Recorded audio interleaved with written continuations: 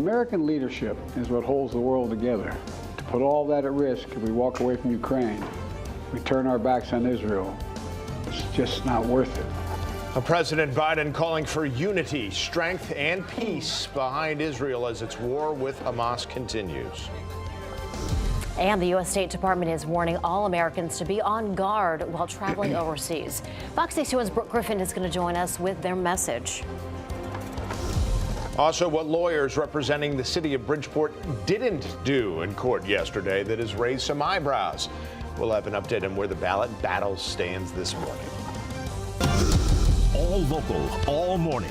This is Fox 61, Connecticut's news station. Good morning. Happy Friday. Thanks for being with us here at Fox 61 and Fox 61 Plus America areas. And I'm Tim Lammers. Good morning. Yes, happy Friday. Let's get over to meteorologist Matt Scott. I want to see what this entire weekend's going to look like, how wet it's going to be. All eyes are on me. Wait a second here. Good morning. Nice to see you both. Here it is, the weekend. The trend over the last couple of days has been improving the forecast for the weekend. Far from perfect, but slightly better and slightly better. Today, we bring the rain. The weekend, we're going to slowly get rid of it, though. And so it's as best as we can call it in that it's going to be very cloudy with still some showers, a mist, and then cooler temperatures taking over starting on Sunday. Here's the live Doppler. Starting to see a little rain fill in lower Fairfield County. Let's call it from about Bridgeport southbound on 95 and the Merritt. Danbury, you've got a little bit as well up and down Route 7. Not a big deal yet. We've got a front to the west. We've got a decent amount of moisture to the south. What we want is this front to get in here, push that out already. It's going to take a little while because you see right over there, see the swirl in the winds? That's high pressure. Got to get that to weaken first before we can get things moving a bit. 49 in Hartford. Look at the numbers at the shoreline. Fairly mild. 62 degrees in New Haven. Our lucky 61 in Groton. Temperatures on the way up to that. The cloud's really going to heap the numbers down for the next couple of days. And down is where they're going. That's the trend for the 7-day. We'll talk about that coming up. 6:02, let's go to the roads. Good morning to you, Symphony Privet. Hey, good morning to you. I want to make you guys aware of a big traffic project happening along the shoreline this morning. So let's go ahead and take the maps full so we can get you up to speed with what to expect. CTDOT crews are working on a bridge lateral slide in Westport, and this will affect the I-95 exit 17 area. 95 will be closed in both areas. They are starting that work at 8 p.m. today, and it'll last until 6 a.m. Monday. So expect a lot of delays in that area. Traffic will be rerouted to the 95 southbound bridge. Oh, here in the capital city, we are taking a live look at I-84 going through downtown Hartford this morning, where we are not seeing any delays. I'll have another update for you at 6:30. Well, breaking overnight in the Middle East, there are reports of Israeli forces hitting areas of Gaza early this morning. Palestinians reporting heavy airstrikes in Khan Yunis, which is in southern Gaza. Now, Israel's military said it did hit more than 100 targets. There are also reports that Gaza's second largest hospital has been overwhelmed with patients and people taking shelter. Israel's defense minister has ordered troops to prepare for a potential ground invasion of Gaza, as more than 1 million people, about half of Gaza's population, has been displaced. Overnight, Israel ordered residents in a town on the Lebanon border to evacuate amidst exchanges of fire with the terror group Hezbollah up there. Last night, in an address to the U.S. from the Oval Office, President Joe Biden said the U.S. is facing a moment where the decisions we all make today are going to determine the future for decades to come. To support our critical partners, including Israel and Ukraine, is a smart investment that's going to pay dividends for American security for generations. Hamas' stated purpose for existing is the destruction of the state of Israel and the murder of Jewish people. Hamas does not represent the Palestinian people. Hamas uses Palestinian civilians as human shields, and innocent Palestinian families are suffering greatly because of them. President Biden also called on Congress to act to send support to Israel and even more aid to Ukraine as well as it continues to fend off an advance from Russia. In the meantime, the U.S. military said a Navy warship shot down missiles that were appearing to head towards Israel. A U.S. official also said there was a rocket attack early this morning on U.S. and coalition forces in Baghdad. Now, the U.S. State Department has issued a worldwide caution to anyone thinking of traveling overseas because of the increased threat of violence to tourist locations. Yeah, this is happening, of course, because of the war in Israel and Hamas and fears that it could expand. Fox 61's Brooke Griffin is live at Bradley International Airport with more. Brooke, good morning.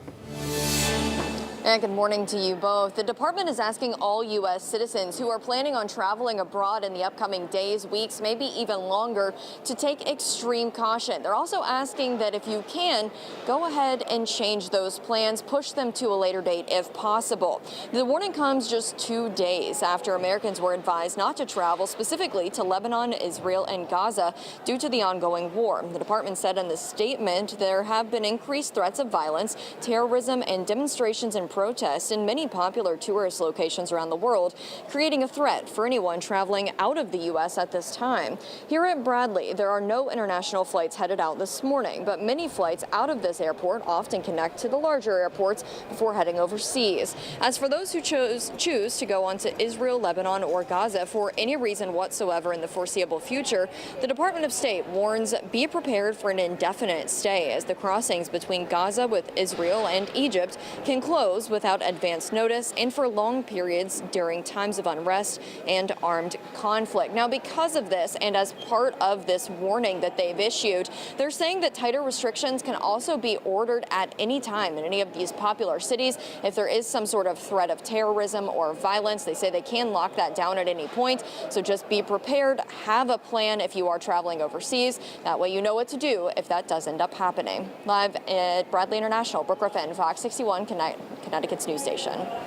Okay, Brooke, thank you. And remember, we are closely following all the developments and all these ripple effects we're starting to see as the war continues. So to make sure you don't miss an update, scan the QR code on your screen for a link to download the free Fox 61 News app. In Bridgeport, the hearing into the alleged mishandling of absentee ballots in the Democratic mayoral primary is now in the judge's hands. It comes as attorneys for the city did not call any witnesses or bring forth any new evidence. As we await Judge William Clark's decision, the focus next turns to what's next with the potential timing of the judge's decision and what it could mean for the November 7th election. Both sides speaking after court yesterday. Not one voter was placed on that stand to say that there was an irregularity in how the votes were cast and how they were tallied. If somebody is dead set on cheating, can they cheat? Sure. But I would hope that at least in Bridgeport, we're maybe turning a corner. All right, so stay with Connecticut's news station as we'll update you on the judge's decision as soon as it comes down here on air, online, and on our Fox 61 News app. Developing this morning out of Durham, 2 people were seriously hurt in a 4-car crash on Wallingford Road near its intersection with Maple Avenue. State troopers said the crash happened when one car passed another one in a no passing zone and wound up hitting an oncoming car in the other lane head on. So the state police are still looking for witnesses to the crash, so please call them if you saw it. In Ledyard, police said they found a man dead when they went to arrest him and search his home. They said they spent hours outside Daniel DeChico's home on Whalehead Road yesterday as they were trying to execute an arrest and search warrant. But ultimately, they said they found him dead behind his house. DeChico was wanted on 3 separate warrants. A tragic ending to what we found when we got on scene at the property. Well, Connecticut State Police have now been put in charge of the investigation into DeChico's death. At this point, we don't know how he died, but roads in the surrounding area were closed for hours as police investigated. Those roads have since opened back up. 6:09 right now, and a member of the Newtown Board of Education security staff is being accused of having a firearm in his car. Police say they found a pistol on the passenger side of 48-year-old Charles Baldwin's car while he was working as an unarmed security guard inside the high school. Per state law, unattended firearms need to be in a car's trunk, a locked safe, or a locked glove box. Police say there was no danger to students or staff, and there was no indication that he intended to bring the gun into the school. More than a dozen cows are dead after a tractor trailer that they were in crashed on I-84 in Newtown. It happened just before 3:30 yesterday morning near exit 10. We're told out of the 44 cows in the trailer, 13 of them were killed. At least 6 had to be euthanized. The driver was not hurt. Happening tonight in Hartford, it's the home opener for the Hartford Wolfpack. Yeah, Fox 61 will have live team coverage all day long. Tonight at 7, the Wolfpack will hit the ice and take on the Wilkes-Barre Scranton Penguins. The first 5,000 fans will get a free rally towel. In our next hour, Keith and Rachel are going to share what to expect if you're going to head out to the XL Center for the game.